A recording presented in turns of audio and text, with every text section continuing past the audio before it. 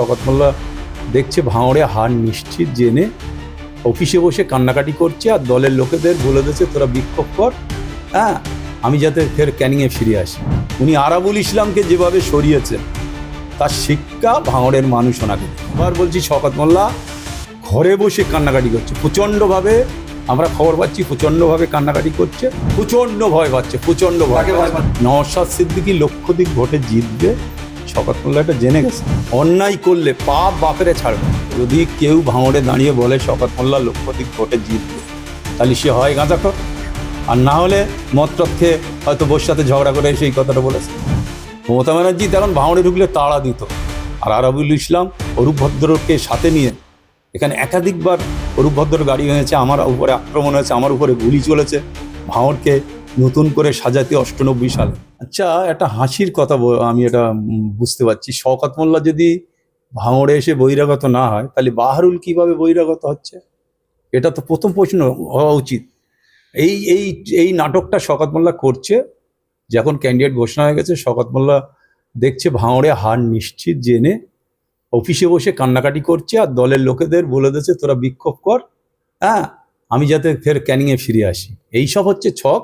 তবে এটা একেবারে সম্পূর্ণ তৃণমূলের ব্যাপার। তৃণমূলের এক সময় তৃণমূলে আমি যখন ছিলাম তখন শওকত মোল্লা বলতো যে এই অমুক কেউ না, তমুক কেউ না। আজকের ঠিক সেইটাই হচ্ছে। অন্যায় করলে পাপ বাপেরে ছাড়বে না। আমি আজকের ওই দলটাই নেই। আজকে যারা করছে দলে দলে হচ্ছে, এটা সারা রাজ্যব্যাপী হচ্ছে। ক্যানিং ভাঙড় তো দূরে যাক, সব জায়গায় হচ্ছে। আর আমি আবার বলছি শওকত মোল্লা ঘরে বসে কান্নাকাটি করছে প্রচণ্ডভাবে, আমরা খবর পাচ্ছি প্রচণ্ডভাবে কান্নাকাটি করছে। তার মানে যাতে ভাঙড়টা আমার সরিয়ে ক্যানিংয়ে দেওয়া। ভয় পাচ্ছে, প্রচণ্ড ভয় পাচ্ছে, প্রচণ্ড ভয় পাচ্ছে শওকত মোল্লা। শওকত মোল্লা যারই ভয় পাক, আমি তো সেটা এখন বলবো না। শওকত মোল্লা কার ভয় পাচ্ছে সেটা শওকত মোল্লা জানে, আর ভাঙড় ক্যানিংয়ের মানুষ জানে। এই সময়টায় দল আমাকে টিকিট দেয়নি 2021-এ। ভাঙড়ের মানুষকে আমি ধরে রাখতে পারিনি।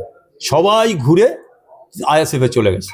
আইএসএফ নতুন জন্ম হলো ওখান থেকেই। আবার আজকে আমি বলছি যে আমি সেই সময় নাটক করিনি। এখন শওকত মোল্লা সম্পূর্ণভাবে নাটক করছে আর সম্পূর্ণভাবে ভেঙে পড়েছে।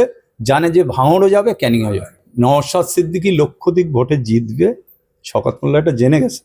তার সাথে মানুষ নেই, তার সাথে কোনো জনগণ নেই।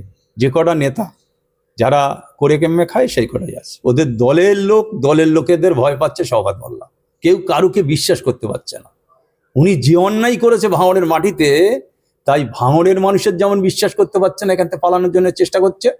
আবার ক্যানিংয়ের মানুষের কাছে এমন একটা জায়গায় পড়ে গেছে, সেখানে ক্যানিংয়ের মানুষ ওকে বিশ্বাস করতে পারছে না। সেই জন্যতে অঝরে কাঁদছে। এই কান্না হয়তো দেখা যাবে ক্যানিংয়ের মানুষ না মোছাতে পারলেও ভাঙড়ের কিছু মানুষ গিয়ে তার কান্নাটা অন্তত মোছাবে, চোখের জলটা মোছাবে। তবে এই চোখের জলে কোনো লাভ নেই। ভাঙড়ের মানুষ উচিত শিক্ষা দেবেন ওনাকে। উনি আরাবুল ইসলামকে যেভাবে সরিয়েছেন তার শিক্ষা ভাঙড়ের মানুষ ওনাকে দেবে।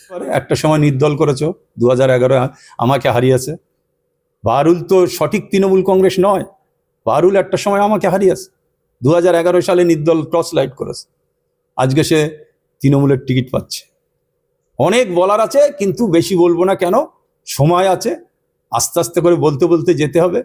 দলের বিরুদ্ধে আমার অনেক ক্ষোভ আছে, অনেক দুঃখ আছে, অনেক বেদনা আছে। এই দলটা প্রতিষ্ঠা করেছিলাম ভাঙড়ে আমি, তখন কেউ ছিল না। তখন মমতা ব্যানার্জি কেন, অভিষেক ব্যানার্জি তখন হয়নি। মমতা ব্যানার্জি তখন ভাঙড়ে ঢুকলে তাড়া দিত, আর আরাবুল ইসলাম অরূপ ভদ্রকে সাথে নিয়ে এখানে একাধিকবার অরূপ ভদ্র গাড়ি হয়েছে, আমার উপরে আক্রমণ হয়েছে, আমার উপরে গুলি চলেছে ভাঙড়কে নতুন করে সাজাতে 98 সালে। সেই মমতা ব্যানার্জি আমার মতন লোকের ভুলে যেতে পারে। সিঙ্গুর নন্দীগ্রামের আন্দোলনে আরাবুলের মুখ ছিল প্রথম। যখন আমি জিতি, তারপরে বনগাঁতে ভূপেন শেঠ মারা গেল, আমাকে নিয়ে প্রচারে গেল মমতা ব্যানার্জি যে আরাবুলকে দরকার। সেদিন আমি ওখানে বক্তব্য রেখেছিলাম, হাজারে হাজারে লোক সেদিন বলেছিল যে এরম নেতার দরকার বাংলা। তা আজকে মমতা ব্যানার্জি ভুলে গেছে। সিঙ্গুর নন্দীগ্রামের লড়াইতে 1 নম্বর মুখ ছিল আরাবুল ইসলামের। ভাঙড়তে লোক না গেলে উনি ওই ঘেরা টোপ থেকে বেরোতেন না। তা আমি বলার অনেক জায়গা আছে, বলবো।